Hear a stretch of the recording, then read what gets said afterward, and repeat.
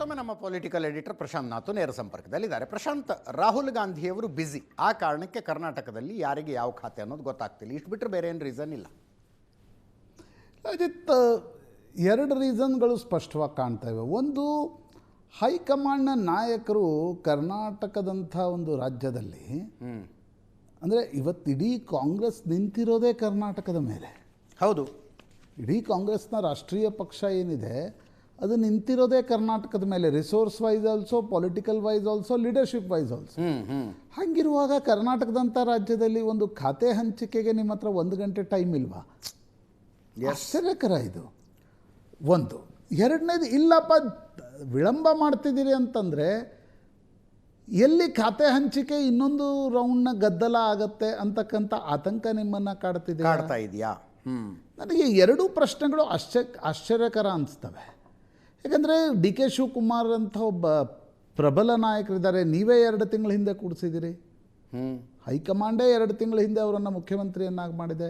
ಹಾಗಿರುವಾಗ ಸಂಪುಟ ರಚನೆ ಆದಮೇಲೆ ನಿಮ್ಗೆ ಖಾತೆ ಹಂಚಿಕೆ ಮಾಡಲಿಕ್ಕೆ ಏನು ಸಮಸ್ಯೆ? 1-2 ಸಮಸ್ಯೆ ಆಗೋದೇ ರೀ. ನೀವು ಸಮಸ್ಯೆ ಇಲ್ಲದೆ ಇವು ರಾಜಕಾರಣನೇ ನಡೆಯಲ್ಲ. ಅಲ್ಲ, ಇಷ್ಟು ಟೈಮ್ ತೊಗೊಂಡು 3 ಮೀಟಿಂಗ್ ಮಾಡಿದ ನಂತರ ಮಂತ್ರಿಗಿರಿ ಕೊಟ್ಟಿದ್ದ ಸಮಸ್ಯೆ ಆಗಲಿಲ್ವಾ? ಅಲ್ರಿ, ಆಗಲಿ ಸಮಸ್ಯೆ, ಅದನ್ನು ಫೈರ್ ಫೈಟಿಂಗ್ ನೋಡ್ರಿ. ಸಮಸ್ಯೆ ಬರಲ್ಲ ಅಂತ ಹೇಳಿದವ್ರು ಯಾರು? ರಾಜಕಾರಣದಲ್ಲಿ ಸಮಸ್ಯೆಗಳು ದಿನವೊಂದಕ್ಕೊಂದು ಹೊಸ ಸಮಸ್ಯೆ ಬಂದೇ ಬರುತ್ತೆ. ಅದಕ್ಕೆ ರಾಜಕಾರಣ ಅನ್ನೋದನ್ನು. ಹೌದು. ಹಾಗಿರುವಾಗ ನೀವು ಅದನ್ನು ತಡ ಮಾಡ್ತಾ ಹೋದರೆ ಇಮೇಜ್ನ ಪ್ರಶ್ನೆ ಬರಲ್ವಾ? ಈಗ ಡಿ ಕೆ ಶಿವಕುಮಾರ್ ಒಬ್ಬ ಗಟ್ಟಿ ನಾಯಕ, ಡಿ ಕೆ ಶಿವಕುಮಾರ್ ಒಬ್ಬ ಪ್ರಬಲ ನಾಯಕ, D K Shivakumar trouble shooter ಅನ್ನುವ ಇಮೇಜ್ ಕರ್ನಾಟಕದಲ್ಲಿ ಕಳೆದ 3 ವರ್ಷದಿಂದ ಸೃಷ್ಟಿಯಾಗಿತ್ತು. ಹೌದು. ಹೈಕಮಾಂಡ್ನವರು ನೀವು ಎಲ್ಲ ಗದ್ದಲ ಗಲಾಟೆಗಳಿಂದ ಕಳೆದ 1 ವಾರದಿಂದ ಇಮೇಜ್ಗೆ ಏನಾಗ್ತಿದೆ ಅನ್ನೋದರ ಬಗ್ಗೆ ಸ್ವಲ್ಪ ಯೋಚನೆ ಮಾಡಿದರೆ ಇಷ್ಟೊತ್ತಿಗೆ ಖಾತೆ ಹಂಚಿಕೆ ಮುಗಿತಿತ್ತು. ಎಸ್. ಯಾಕಂದರೆ ನೀವು ಸಂಪುಟ ರಚನೆ ಆಯ್ತಪ್ಪ, 48 ಅವರ್ಸ್, ದಟ್ಸ್ ಫೈನ್.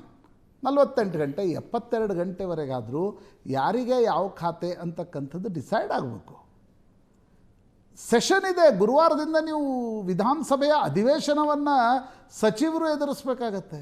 ಅವ್ರಿಗೆ ಯಾವ ಖಾತೆ ಅಂತ ಗೊತ್ತಿಲ್ಲದೆ ಅವರು ಸದನದಲ್ಲಿ ಒಳಗಡೆ ಹೋಗ್ಲಿಕ್ಕೆ ಸಾಧ್ಯ ಆಗತ್ತಾ? ಆಮೇಲೆ ಇಲ್ಲಿ ನೋಡಿ, ಇಲ್ಲಿ ಡಿ ಕೆ ಶಿವಕುಮಾರ್ ಹೋಗಿ ಪಟ್ಟಿ ದಿಲ್ಲಿಗೆ ಕೊಟ್ಟು ಬಂದಿದ್ದಾರೆ. ಹೌದು. ಆ ಪಟ್ಟಿ ಕೊಟ್ಟು ಬಂದು ಮತ್ತೆ ನಿಮಗೆ 36 ಗಂಟೆ ಆಯಿತು. ನಿನ್ನೆ ರಾತ್ರಿ 8 ಗಂಟೆಗೆ ಕೊಡ್ತೀವಿ ಅಂತ ಹೇಳಿದರು ಯಾರು? ಕೆ ಸಿ ವೇಣುಗೋಪಾಲ್ ಅವರು. ಸಂಜೆ 4 ಗಂಟೆಗೆ ಕೊಡ್ತೀನಿ ಇವತ್ತು ಅಂತಕ್ಕಂಥದ್ದನ್ನು ಹೇಳಿದರು.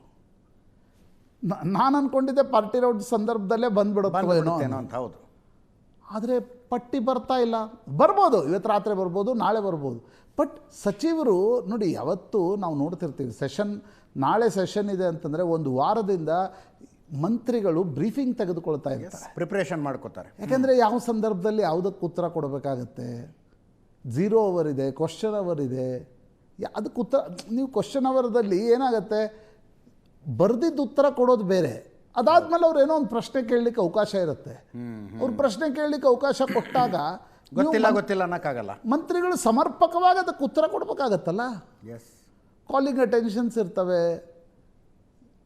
ಅಂಥ ಸಂದರ್ಭದಲ್ಲಿ ಇನ್ನೂ ಮಂತ್ರಿಗಳಿಗೆ ಖಾತೆ ಹಂಚಿಕೆ ಮಾಡದೇ ಇರತಕ್ಕಂಥದ್ದು ನನಗನ್ಸುತ್ತೆ ಅಜಿತ್. ನೋಡಿ, ಕಳೆದ 3 ವರ್ಷ ಅದಾದಮೇಲೆ ಇಡೀ ವಿಧಾನ ಪರಿಷತ್ತಿನ ಚುನಾವಣೆವರೆಗೂ ಕೂಡ ಕಾಂಗ್ರೆಸ್ ಏನೊಂದು ಡಾಮಿನೆನ್ಸನ್ನು ಕಾಪಾಡ್ಕೊಂಡು ಬಂದಿತ್ತು ಕರ್ನಾಟಕದ ರಾಜಕಾರಣದಲ್ಲಿ ವಿಸಾವೇಸ್ BJP ಮೇಲೆ.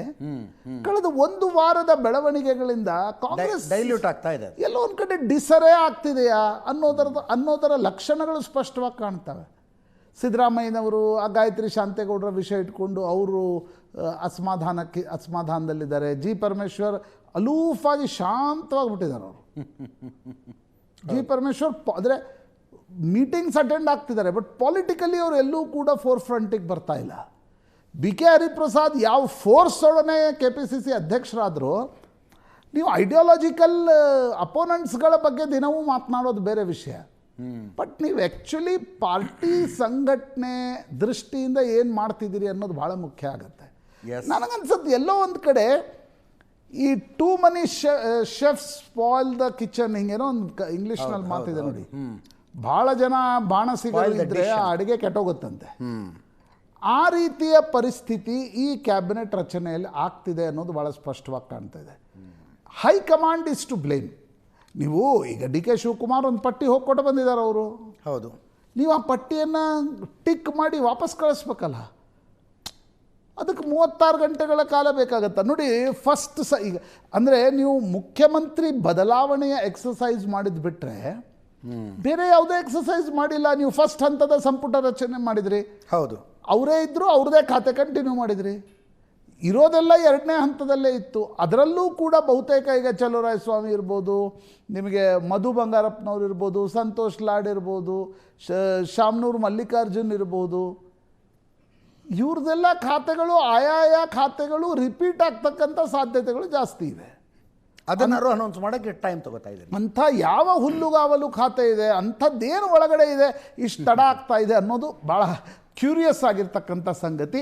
ಬಟ್ ನನಗನ್ಸುತ್ತೆ ಅಜಿತ್, 2028ರ ತಯಾರಿ ಅಂತ ಮಾತಿಗೇನು ಕಾಂಗ್ರೆಸ್ ನಾಯಕರು ಹೇಳ್ತಿದ್ದಾರೆ, ಆ ತಯಾರಿಯ ದೃಷ್ಟಿಯಿಂದ ನೋಡಿದಾಗ ಈ ರೀತಿಯ ವಿಳಂಬ is not a good sign.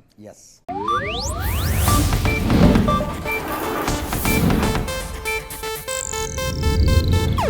ಇದು ಏಷ್ಯಾನೆಟ್ ನ್ಯೂಸ್ ನೆಟ್ವರ್ಕ್ ಪ್ರಸ್ತುತಿ.